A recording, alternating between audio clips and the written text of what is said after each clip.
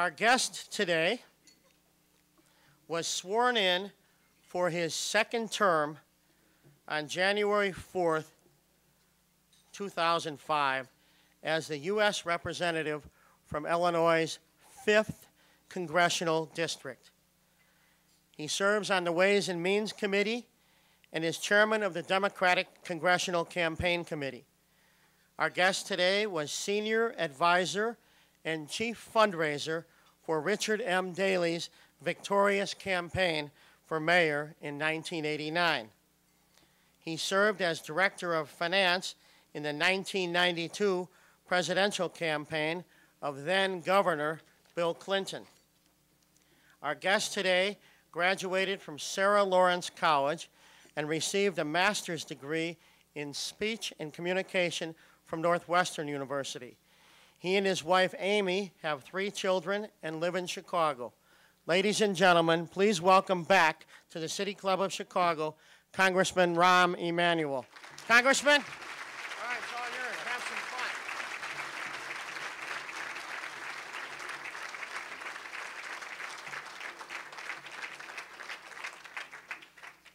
Jay, I want to thank you for that introduction. I want you to know at the beginning I was 6'2" and 250 pounds, and this is all I got left. I wish my parents were here to hear that, because I know my mother would be proud and my father would be amazed. I want to give a speech on behalf of the mayor, and then we'll take some questions and answers, or as Henry Kissinger used to say, does anybody have any questions for my answers? He was serious, I'm joking. I just wanted to see if Tom Rhodes would actually let me into a club he was a member of, which is the only reason I want to be here. I want to thank you all who paid good money to be here and are taking the time out of your busy day. I haven't seen a crowd like this since my bar mitzvah, so thank you. In politics, you always hope to build a crowd, and I never thought it could be this easy. All I had to say was, I'm going to say a kind word about our great mayor. And the place sold out, according to Jay, in a half hour with over 300 people waiting to get in. So this is just a run-through. And there's another truth about politics. When times get tough, people who were once front and center somehow vanish to the woodwork. I haven't done that in my career, and I'm not here to minimize the scandals or the controversies around City Hall. And I'm not here to excuse illegal acts or explain away any violation of the public trust, because all of us who run for public office, that's what we have in the end of the day. Corruption is corruption, cannot be excused, and it cannot be overlooked. Alderman, good to see you. I don't think you were in Jay's list, so good. Jay, you want to get back up here and introduce the alderman? I didn't know there was enough room for another alderman in here. And nobody gets a pass, whether you're at the top or whether you're at the bottom.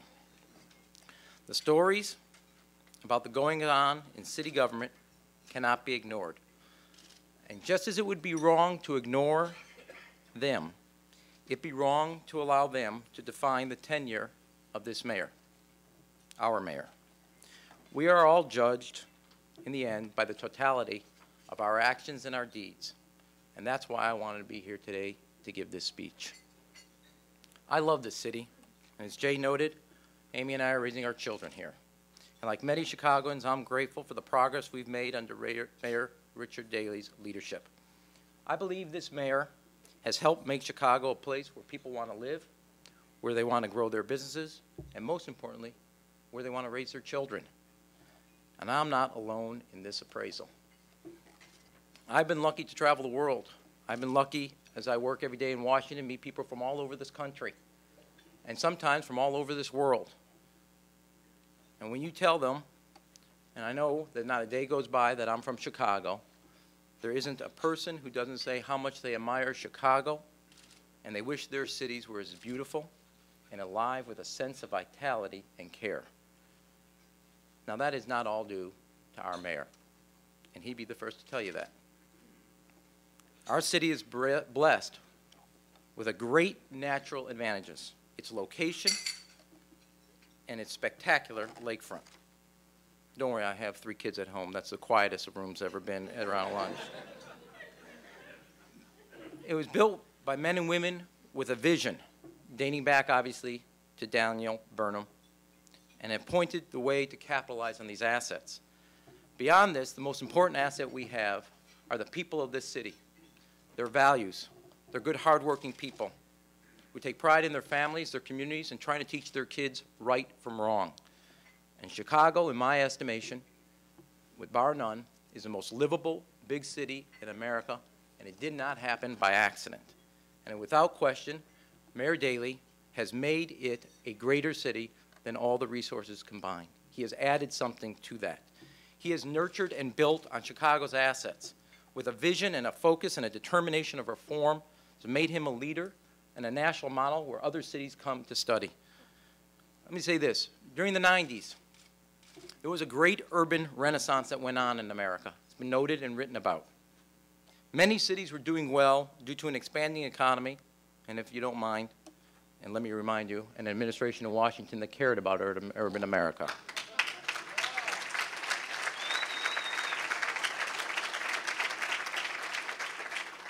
Mayor Daley could have ridden that wave and just done fine, but he made that wave ride farther, deeper, and had a greater velocity than other mayors.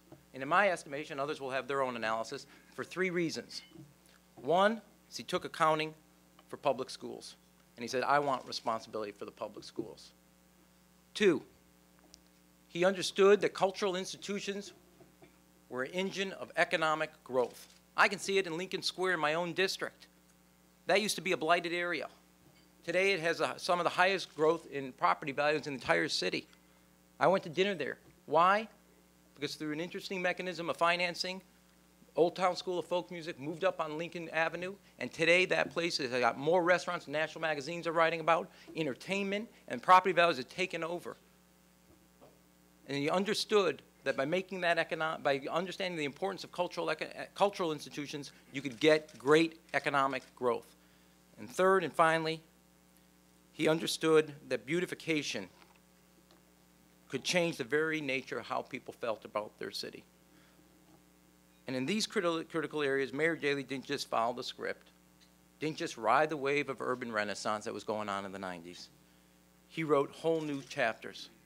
People now study and understand how we do it different. And today, when that urban renaissance doesn't seem to have the same energy, Chicago is moving forward faster than other cities and has become a focal point where people not only want to raise their families, but want to also retain their businesses and grow them here. And his emphasis on strengthening the pillars that support our communities, the public pillars, our schools, our libraries, our parks, and our open spaces, have paid off in neighborhoods across this city and rekindled the notion that cities are great places to live, to raise your families, and start a business. And I want to talk to you about 2 specific areas that demonstrate, in my view, this mayor's leadership, his sense of reform, and his sense of commitment. Public schools and public housing. And I want to talk to you about those, because not a short time ago, and there ain't anybody in this room who doesn't know it, not a short time ago, we were known for having the worst. And people came to Chicago to study those 2 institutions, to learn what not to do. And now they come to our city to study what to do. And folks, that didn't happen by accident. It took leadership, determination by a lot of people, but we had a coach in the name of Mayor Daley who was willing to take on intransient problems and not say yes to the status quo, but change them. Under a different president, former Secretary Bill Bennett called Chicago's public schools the worst in the nation. While other mayors across the nation were more than happy to defer to an independent school board and not be held accountable, we had a mayor who asked and received responsibility for public schools. And he provided an address for that accountability. It was the 5th floor of City Hall. And there were a lot of doubters, some in this room, who said that wisdom and had a lot of doubt about that wisdom and that action. And I can tell you, there were a lot of legislators down in Springfield on the Republican side who thought they were giving him the rope to hang himself. He took on a bureaucracy, and he took on intransient schools. And the mayor knew that for Chicago to attract and retain its middle-class families, We have to offer their children and their parents the educational opportunities they deserved from their city. So he took over a system riddled with waste, inefficiency, poor achievement. He asked more of everybody: students, teachers, principals, and most importantly, in any reform, parents. He took on an intransient bureaucracy, failing schools, challenged the old ways, the status quo, and the outworn assumptions. And those have become the norm and accepted and passed on year after year and accepted as a way to do business, and that you could not change that bureaucracy. And over the course of these 10 years, graduation rates have risen a full 10%. Reading scores are at an all-time high. Nearly half of Chicago students now score at or above the national norm on reading and math. And it may not sound like much right now, but from where we started, that's monumental change. And we are on the doorstep of another school year. We are not talking about a strike. We are not talking about another year of potential failure where our nose is headed down. We are talking about another year where we can set another goal, both for teachers, set another goal for graduation, set new goals for reading and math. And that's because reform has taken hold of a public school where before the status quo ruled the day. And I've seen that commitment, I want you to tell you, firsthand. Now, if you haven't been there, in my district is the old Wright Community College that is the Chicago Academy. It is the only facility in the country that teaches teachers how to be master teachers in the classroom. It was written up on the cover of the Department of Education in the nation as a model of master teacher training. The mayor wants to have the largest public school system with the largest amount of master teachers in the country. And he has told me that. Now, we went to work, and last year I got them about $850,000 to $1 million for paying the stipends for these master teachers, second career people. They stay there for a year, they get a master's in education, and they graduate, and they go out, and they had signed a contract beforehand to stay a minimum of 5 years in our public schools. Because 60% of all teachers within the first 5 years of urban education leave. They go to the suburbs. We make them sign a contract if we're going to invest in them. It's the most fascinating thing going on in education, according not only to the Chicago Tribune's editorial board, but also major educational institutions and reports. Now, next week, not to outdo myself on my promotion, which would be not beyond me, I'm going to be announcing, because I secured from our governor, $2 million to build the first high school. On the west side, we also have another Chicago Academy. The mayor's vision to get 2 more academies where Chicago, in short order, will be producing for its public schools the largest body of master teachers. And he understands you can build new buildings, you can set goals, but if you don't have the teachers in the classrooms that know how to do teaching, you can't accomplish the goals you set. And this master teacher program is the most innovative, one of the most exciting things, but it is only one of them, in my view, of what he's doing on the program. It is right now K through 8. My goal is we're going to get a high school set up there. It will be the first high school on the northwest side, a neighborhood school serving kids in that community, training master teachers, a win-win all around. And this is just one of the hundreds of ideas the mayor has advanced to improve education in our cities. We have much more work to do for all our schools and give every kid a fair chance to succeed. But I don't think anybody in this room would argue that our schools are better today thanks to the gutsy decision the mayor made and asking to take charge and responsibility and accountability for the public schools and not say that board over there is accountable, I don't have a role to play here. Let me give you another example. I'm glad that Terry's here and some of the other members of the board, like Sharon. Public housing. When I returned from my stint at the White House, which did feel for a period of time like a tour duty, the mayor asked me to serve as vice chair of the board of the public housing. He had just taken it over. And I don't think I have to recount to you how the Chicago Housing Authority was chronic with mismanagement, it was dilapidated, crime-infested housing, and had more than often, rather than house people, it shattered lives. It was the worst public housing in the country, and known along its schools of having the worst public housing in the country.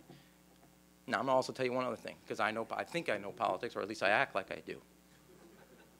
Mayor Daley could have gotten elected if he didn't touch public housing. Got reelected, big numbers. He could have just said, just let it go. Every mayor let it go. Not touched it. The people in public housing were physically, culturally, economically, and in every way living separate from the city. They had their own daycare. They had their own transportation system. They had their own police force. They had their own garbage service. They were physically and in every way culturally cut off from the city. It was a separate municipality, and the status quo had become accepted. He could have gotten reelected had he not touched the problem. And to tell you the truth, when you say you're going to move 26,000 families, tear down their home, reestablish them, you are hitting a political hornet's nest. If you were just doing politics, you'd say, leave it alone. Do not touch it. The path of least resistance is to keep going and don't touch it. And he said no. He took that same grit, that same determination, that same sense of reform, and took it to public housing. Job's not done. Wall Street Journal calls the experiment in Chicago's public housing the single greatest experiment in public housing since the invention of public housing in the 32. Now, every city has one unit, or development rather, that's mixed income. Our city's doing 26,000 units of mixed income. And let me tell you, in my own view, as a former board member who has some interest in how you do Hope 6, we forward financed the debt financing, putting $1.6 billion to work over a 10-year period of time. And everybody in those residents, every one of those residents had time and again heard ideas of reform and had their hopes and dreams dashed by their elected officials. The most significant thing in the accomplishment is that kids who are homes of poverty will be growing up next to families who are working middle class. We are going to make an attempt to break this cycle of poverty through housing.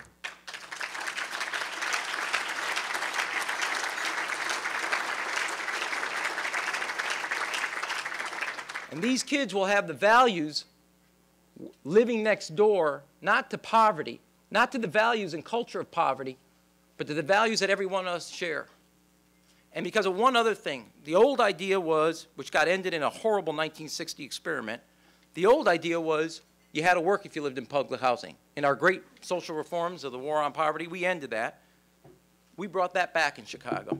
You live in public housing, you work. And now all of us take that for granted. But when these kids now go to school, part of the rest of the city, when they say, what does your mom or your dad do? They can answer that question. And they don't have to feel like they're separate or second-class citizens. They are full citizens of the city of Chicago.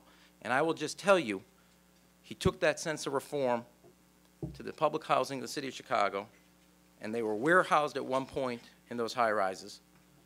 Again, they are now part of our city. They get the same police, the same garbage service. They get all the services we get as regular residents. They are physically, culturally, and hopefully economically part of our city. And that, to me, is a legacy worth fighting. And I think in politics, now again, I think Terry would agree with this, we're not done with that mission of public housing. We've got a lot of work to do. Mind you, I know it's a cheap shot, especially with an administration that's trying to cut Hope 6 grants. And we fight every year to keep it in that budget, because there's things like Chicago that have done great examples. But mind you, in politics, you do not accumulate political power to watch it grow in a bank. There ain't no interest in watching political capital grow. You spend it to make change. And in public schools and in public housing is two areas. Our mayor took his political capital and spent it. And in my book, we're not only all the better off for it, that is what political leadership is about. There's another aspect of Mayor Daley's record that, in my view, makes him unique. Now, some mayors around the country, they're known as downtown mayors, big business mayors. Some mayors, they're known as the neighborhood mayor, the folks mayor. We have a mayor who's accomplished both. It's not just the big things like Millennium Park, which have been a boom to downtown. But I've also worked with this mayor in the recent highway bill. Fran has written about this. We're going to take the west side of Rose Hill Cemetery and turn it into the West Ridge Nature Preserve, and will be the city's first new neighborhood city park in over 30 years built in the city of Chicago. You know Millennium Park. When we're done, come up and see West Nature. The mayor told me we got to get it done. It's in the highway bill. We just passed it. $3 million for Rose Hill Cemetery on that side of Western Avenue. We're going to have a new neighborhood park, the first one in over 20 years. And that small park will make a big difference in the people's lives up there. It's not just the big things, tax credits for a company like Boeing to require them to ask them to come here. But it's the small things, like helping the individuals in Chicago get tax relief through the Earned Income Tax Credit. A few years ago, Mayor Daley started an ongoing campaign to get people eligible and eligible taxpayers the EITC. We run that you know about that program here. Did you know the city of Chicago leaves approximately a little over $200 million a year on the table, not the city, but its residents, through the complexity of the EITC program? And he runs a citywide program helping people fill out, in my view, a crazy form, over 200 pages. If you can fill it out, you shouldn't be on the Earned Income Tax Credit. You should be in graduate school. Now, I've modeled what I do at my office. Through TAPS, a program here in the city of Chicago, tax assistance program, from January to April, we run a program helping people fill out the EITC and college grant program. Over 1,000 families have gotten about, on average, $1,800 of earned income tax credit because they're making $15,000 to $30,000 a year. And a number of kids are now going to college who were thinking of dropping out and couldn't go because they couldn't afford it, where we helped them fill out that educational grant. Through the TAPS program, we offer my office as a place to do it. Boeing gets tax credits, and because all of us are required to work and help people who are working class families, they get the EITC, and that's worth $2,200 on average to those families. Now, the mayor's held the line on property taxes, and despite ever increasing costs of city government services, he has done a good job in his fiscal stewardship, and Wall Street recognized it recently with an upgrade. But at the same time that the mayor has done that, he knew about a program in the Interior Department, which if the Chicago bungalow could get designated as a historic landmark, those who fixed up their bungalow would get a freeze on their property taxes. In his also subtle way, he asked me to go after it, and it's not like the Republican administration was about to give a Democrat a designation like that, but Chicago bungalow was the largest designation ever done by the Interior Department of Housing, and it's now become a historic landmark, and those who fix up their bungalow will get their property taxes frozen for 7 years. So as he's managed the city's budget, he's also thought of the homeowner's budget. And it's not just the big O'Hare project. When I was, and then we've read about that, but when I was with the mayor, one of the first times, he talked about what was going on at Six Corners, how congested it was, what it had done to that area, and the fact that Milwaukee was too small. I don't know how he figured it out, but he had found out that I got $15 million extra in my allotment on the highway bill. I think if you learn one thing out of this speech, that highway bill is a very good bill.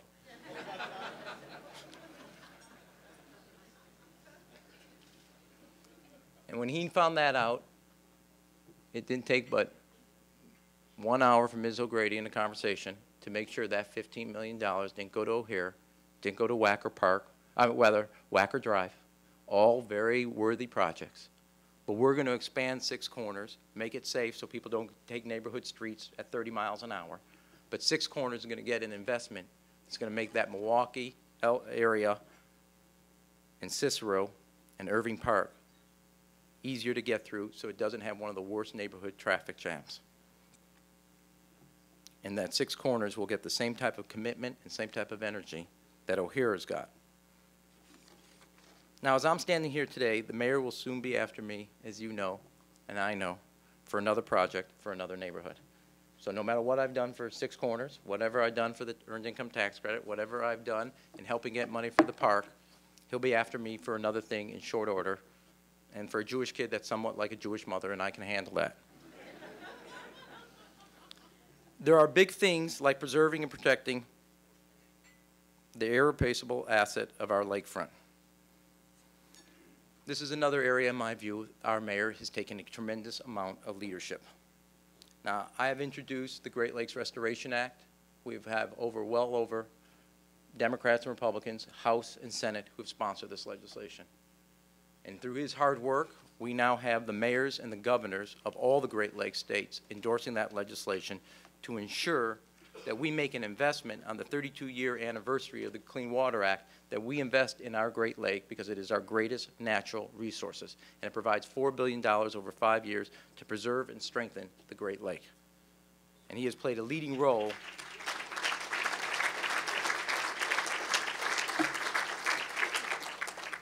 There's not a mayor in a city, 50,000 or more along the lake, that hasn't supported this legislation. And it wasn't just because of the merits of the legislation, because he ensured that the entire region, its mayors and its governors, its legislators, its senators, Democrats and Republicans, spoke with one voice when it comes to the greatest natural resource we have in the Midwest, and that's our water. So whether it's small things, like beautifying an individual neighborhood and streets to improve the way people feel about their community, or whether it's a large project like O'Hare, Wacker Drive, Millennium Park, getting Boeing here, the mayor has brought his determination and his drive, but most importantly, his passion for his love and his love for the city to that effort. These are the kinds of projects, in my view, that give this mayor his greatest satisfaction. The parks and libraries, the schools and green spaces that improve the quality of life for all Chicagoans. But I think for all the tangible things that we know, I think the most important thing he'll be remembered is something we don't talk about, but we should. Now, I don't think I have to tell anybody in this room that 16 years ago, we were known as the Beirut on the lake. We were known for a city with horrible racial divisions. They're not done. We have a lot of differences in our city. We have to work every day at bridging those differences.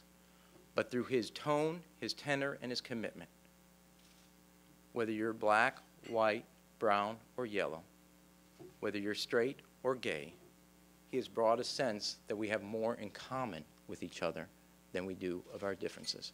There were politicians, elected officials, who saw the exasperation of those differences as a way for political gain. And he saw a way of understanding our common concerns and our common challenges. And today, we are not the Beirut on the lake. That was accomplished by everybody in this city. But again, he led the way. Now, I want you to know, I do not agree with everything this mayor's done. Although I just gave you, I think, a good litany of things that we've worked on together, things he's led on, things that I'm proud he's led on. We have our differences, and we're pretty vocal about them. I'm going to give you an example. He's against the reimportation of pharmaceutical products, and he is pretty vocal about it. Now, you know I'm pretty vocal about my view that we should be allowed to buy drugs in Canada and Europe where they're 50% cheaper. I think it's wrong to ask our senior citizens, and most importantly, our taxpayers, to subsidize higher-priced pharmaceutical products. He thinks I'm wrong, I think he's wrong, and I think time will show that I'm right, and I told him that. But despite those disagreements, well, it may take a little more convincing, but despite those disagreements, I've always appreciated this mayor. And over 17 years, I've worked for him and I've worked with him. I've seen him up close, the intense commitment he brings to the job. I've seen the love he has for its city, the love he has for its people, and the uncanny connection people have for him. And in all the years I've worked with him, I've never heard him talk about contracts, jobs, or political favors. And I think this tracks with what most Chicagoans know about him. I'm going to just give you two images. Mayor rolls into the 5th floor, 8:30 in the morning, rolls up his sleeve. He calls and says, I want to see the list from streets and sanitation. Or the other mayor rolls into his office, 8:30 in the morning, gets his coffee, rolls up his sleeves, undoes his tie, says, I want to know what's going on with that library. What's going on with that park? I want that school principal, and I want her on the phone. I want her now. Now, I still have a degenerative gene because I do my office hours in grocery stores. Okay, and I still meet folks. The people I know, the people I meet in my neighborhoods, they know the mayor I describe who wants to get the principal on the phone, who wants to know why that park is behind, what happened to that light, why is that pothole not filled, and what's going on with the garbage. The Rich Daley I know has always been indifferent to the nuts and bolts of politics and campaigns, leaving those details to others. Sure, he endorses candidates because presidential candidates, Senate candidates, gubernatorial candidates, candidates running for statewide office, candidates running for Congress, candidates running for state legislative, candidates running for alderman, candidates running for judge, have sought his endorsement. Some, but not all, have also received it. But I don't for 1 second believe that he sanctioned the improprieties in hiring or contracting that have been exposed in recent months. The mayor deserves criticism, not for what he knew, but for what he did not know. While he focused his attention, in my view at least, on the day-to-day work of governing, he should have focused more on how his political agenda was being carried out. If he had done that, he could have avoided some of the problems he is facing today. And as politically damaging as those problems have been, they also present, in my view, an opportunity. As I said earlier in this speech, Chicago is known for having the worst housing and the worst schools in the nation. People would come here to see what was wrong. They now travel from all over the country and sometimes all over the world to see how to do it right, not how to do it wrong. Now that the city's own operation has been called into question, the mayor can bring that same drive and determination to reforming city government. In my view, he's brought reform to public schools. He's brought reform to public housing. He must now bring that same sense of reform and determination to our public institutions and public service. And he has to bring it with that same drive that we know him for and have seen him. We have a long way to go before the next election. Until then, I know the mayor will be focused on the most important job in front of him, and that is helping build this city into being the most livable big city in America. And he'll make his decision on whether to run when it's appropriate. If he does run again, I think the mayor will bring a huge portfolio of achievements to that race. Achievements that you can see all around us, achievements that have changed our city for the better. And this will be one congressman that will be enthusiastic when he makes that decision, and who will be enthusiastic in his support if he makes that decision. All his good work over the past 17 years rather, can't eliminate the damage of recent scandals. But all those stories, in my view, do not negate or obliterate the tremendous progress that he has led us to. Should he run, my prediction, it's a prediction, is that most Chicagoans will weigh that record of achievement, that vision, that commitment, that drive, that love of the city, the love of its people, warts and all, and will decide in his favor for his continued leadership. And as someone who loves this city, I hope he does. Thank you very much for being here.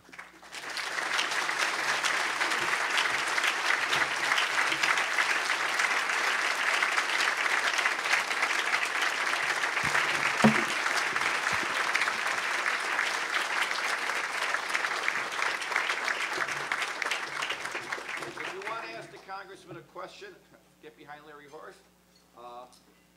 The only rules we have at the City Club, you have to say who you are and who you represent. That way, if you sandbag, at least we know where you're from. So, I'm sure the Congressman could handle it well without me. Larry, you start. Hi, Larry Horst, former executive director of the City Club of Chicago. Congressman, have you run the risk of damaging the mayor by great praise? You've laid out a very impressive case that we all believe that he's a micromanager, that very little six corners ever gets past him. We're talking about massive corruption. We're talking about a system I grew up under, he grew up under. We're about the same age, he's a little younger. But the fact of the matter is, how can you credibly, for one moment, think this man who had been warned by editorialists, warned by aides, warned by other people, has not had clueless of the corruption going on around him? And the second part of that quickly is, what do you tell the people of Chicago who say, yes, this is a great city, I love Chicago, it's a beautiful city, everything you said about it is correct, and we paid twice as much money as we ever had to pay to get it. And we paid with thousands of dollars out of the pocket of every taxpayer, everybody who owns a house, everybody who rents, and everybody who makes a purchase in the city of Chicago. What do you tell those people?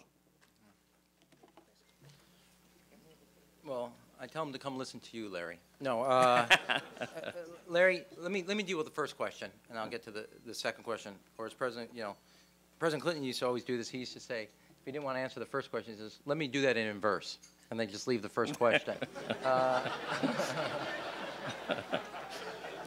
I'll go with that. Yeah.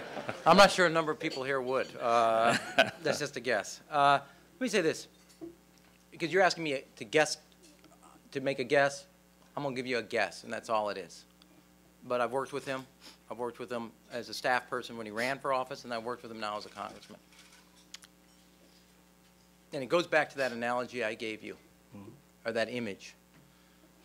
First of all, I don't give him a pass, because he has a love for the policy, for the reform. And I don't think you doubted, and you didn't in your question, the reform that he's brought and the passion he's brought to whether it's public housing or public schools.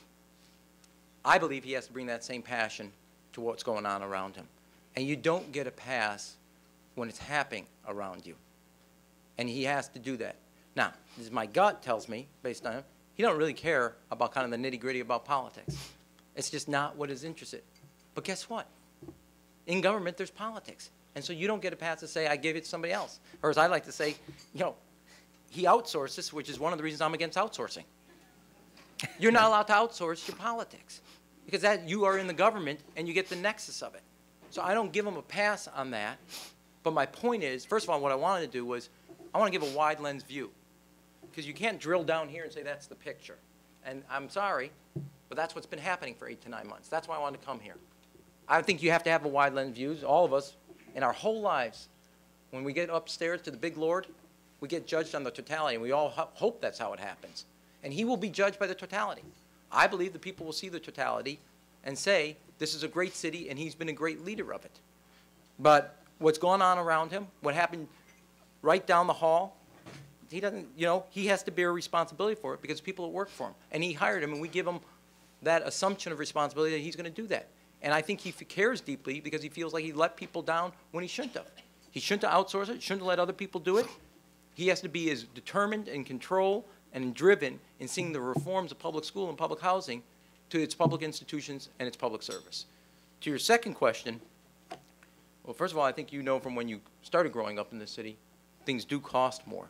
But from a way that we've managed our budget, and he's done it without having raised property taxes, and he's figured out innovative financing, we still have grown tremendously. It's still a city where people can raise their families, and he's done it, in my view, with trying to both expand where people want more services but want to pay less for those services. It's a tough balancing act, but I think he's done it his best. And guess what? There are days you have good, and there are days you have bad. As a totality, I think he's made this city a lot stronger. It's a place where people want to not only raise their families, but businesses want to come here and do business. Thank you.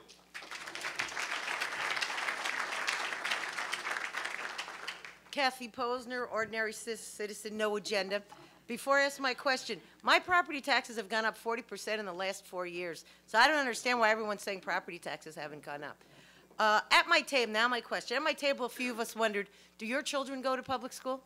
No, they go to school where I went to school. It's a Jewish school, and that's where they go. Which, since I'm Jewish, that's fine with me. So I accept your kids don't go to public school. Thanks. Now you know what I meant when I said a Jewish mother. Yeah. Yeah, no, it's okay. I did. So. Thank you. And this is great that we can ask for questions without writing them up ahead of time. In '97, there was a meeting on West Ogden, a city facility, and I asked the mayor if the police department was worth $85 million a month. He declined. He didn't answer. So I would like for you to ask him if it's so. I don't mean we don't need a police department, but $85 million. Los Angeles get by with half of that. What is it that, if the city lost like about 1 million people the last 30 years, City Hall became the largest employer in the Chicago area? I can live with that too. But what I find most disturbing though, our women, our children are shot every other day, and I don't hear any word from City Hall. It's like in the Middle East, it doesn't matter. So the good things that Daley has done, why hasn't been able to look at this and talk about the problem and do something about the problem? I began to speak up, and my company was destroyed by the building department of the city of Chicago. I'm still fighting, and I'm writing a letter to the FBI. Public corruption. No, I don't think there are questions. Well, you can answer whatever you want. Let me do the crime one, okay? Yeah, all right. Let me do the crime one. And I didn't put it in the, I didn't want to do a laundry list in the speech, but I originally wanted to talk about it because when I was in the White House and we were trying to battle to get 100,000 community police officers passed in funding, I had a great ally who organized other mayors, big and small, suburban. Mayor Daley was was my partner in helping get that passed.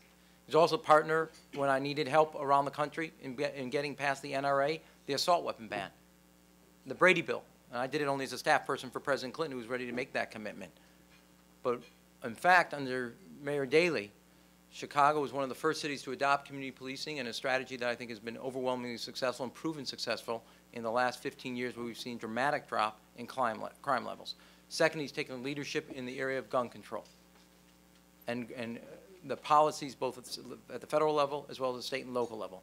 Third, I think most importantly, you can't deal with the issue of crime if you don't deal with the issue of drugs. And he's been a leader on that, from whether you're starting in the schools to whether you're also starting with the pushing of drugs and gangbangers. So this is just one man's view.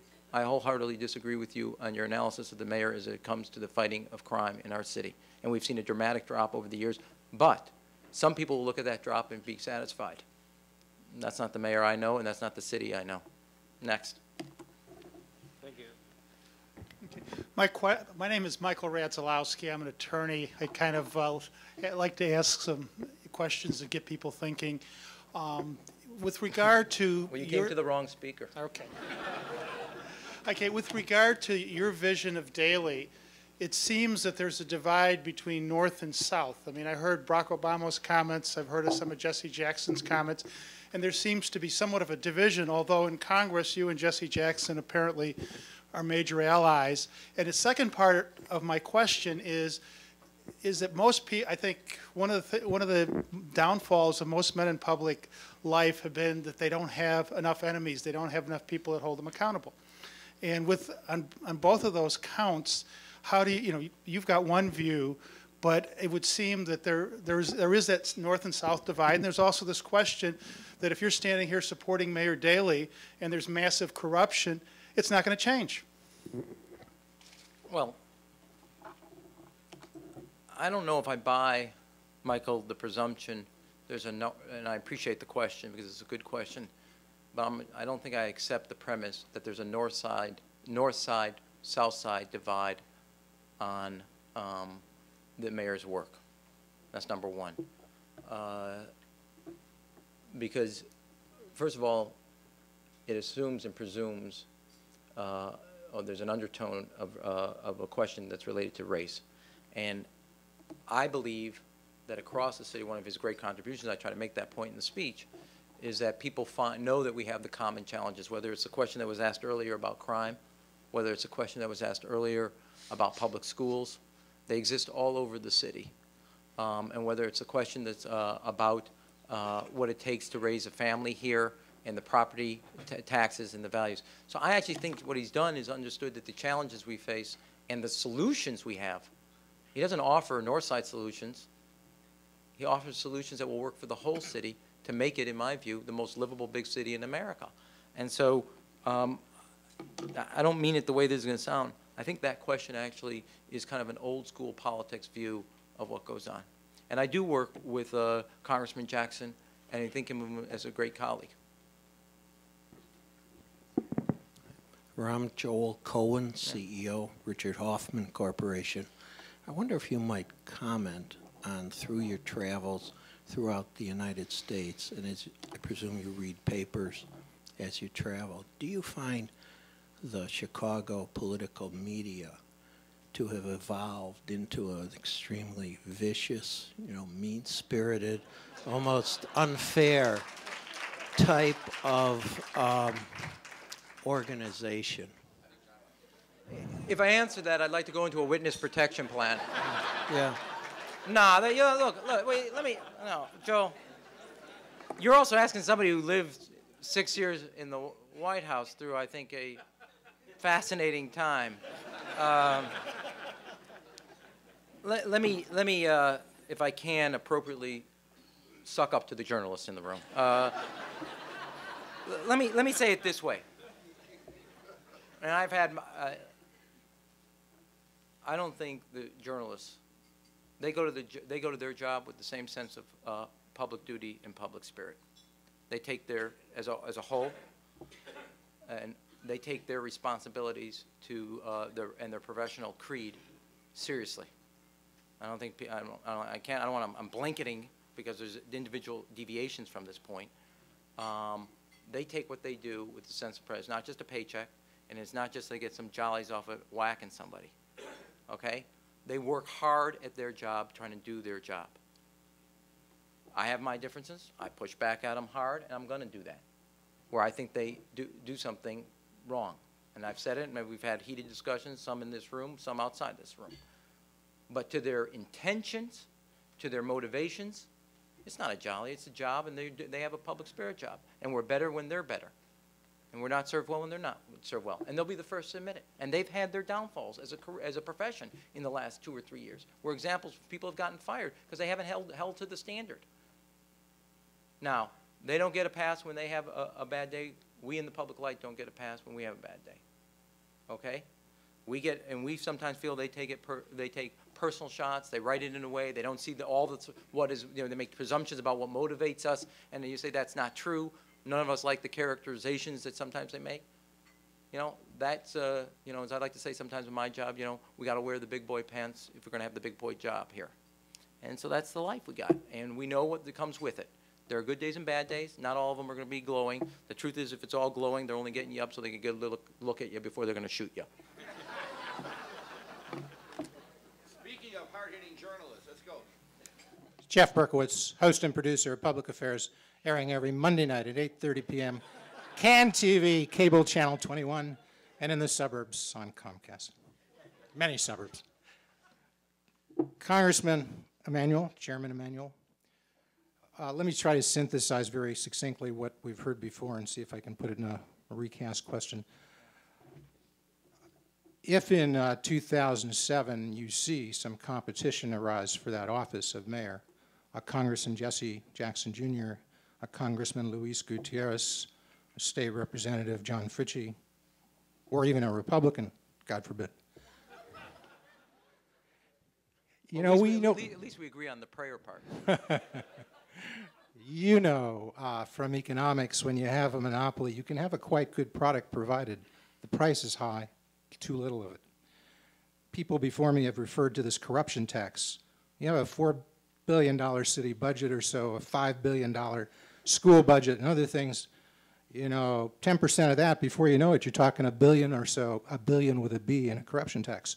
So the question for you is, you talked all about all those great things that have happened in the last 16 years, the parks, the libraries, the schools, and you said you weren't giving a pass on corruption, but those voters in 2007, why shouldn't they be asking if the mayor could do all this with all those services, perhaps at higher prices, corruption tax? Why couldn't he do that?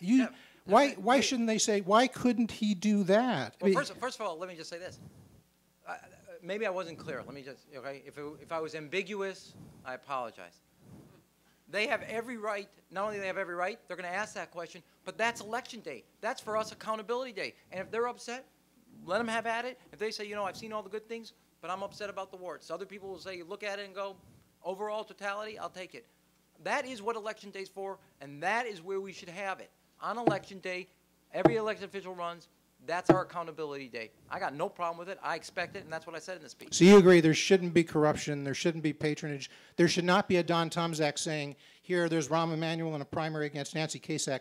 As the allegation goes, maybe we should give him a hand. You agree that's wrong if that occurred? Yeah, I think, look, I think anybody on city time, or most importantly when it's called city time, which is taxpayer time, you shouldn't be doing campaigns. Bar none. Don Tomczak, $400,000 in bribes?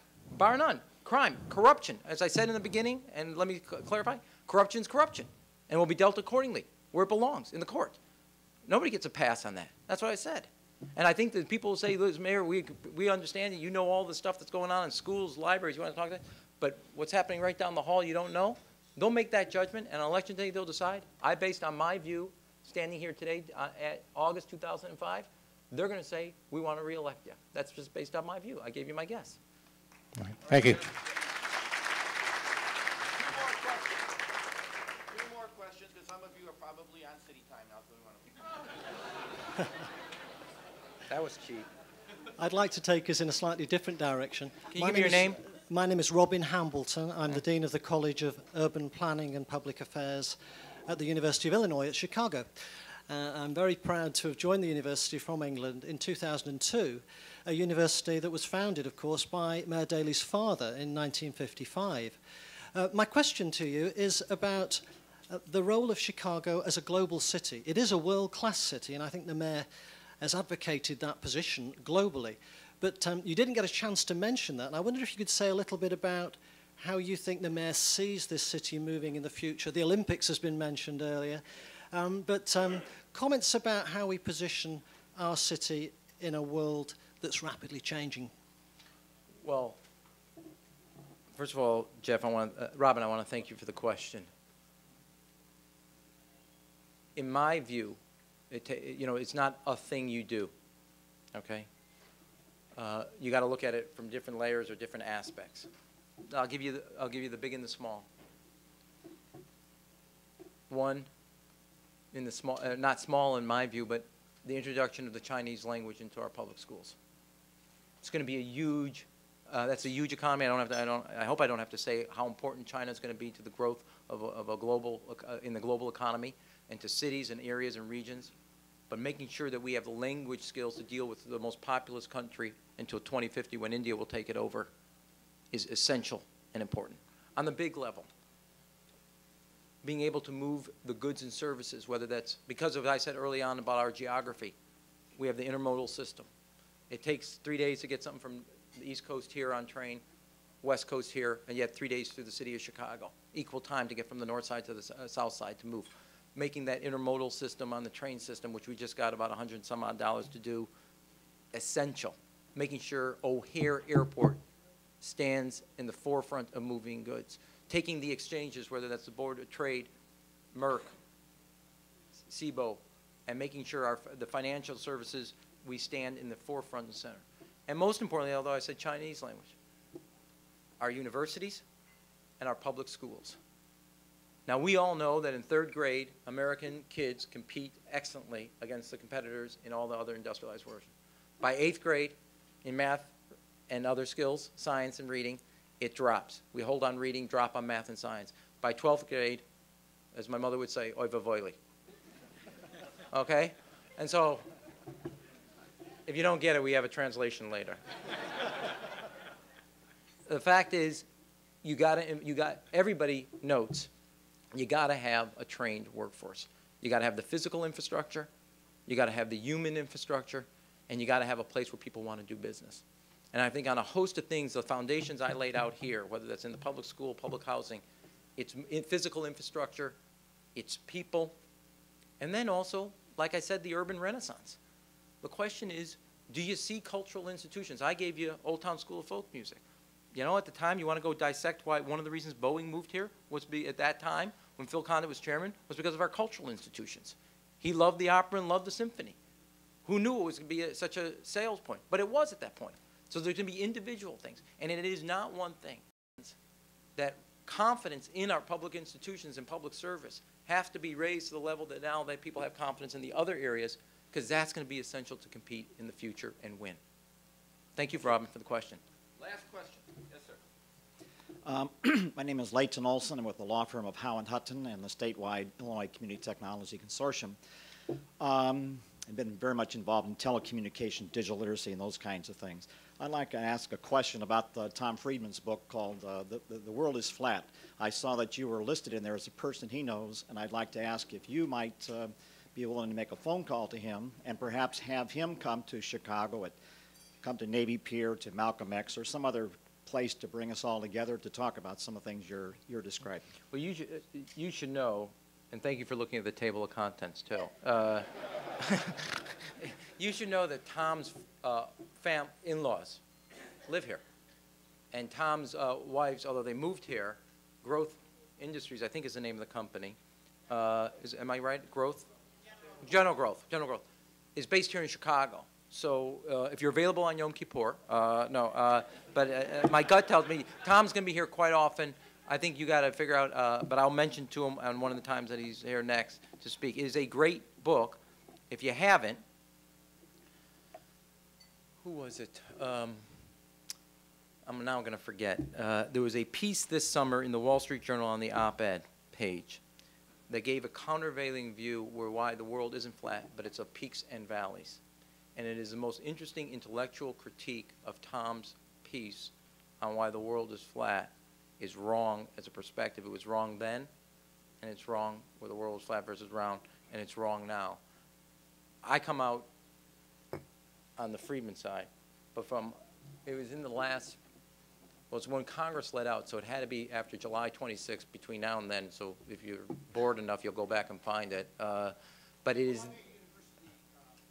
who was it? But it is, I think he writes at Newsweek also, but it is the best analysis and critique I've seen of Tom's The World is Flat. And so since you are interested in the subject, if I may be so bold as to recommend it as reading, I would recommend it. Thank you. Yeah.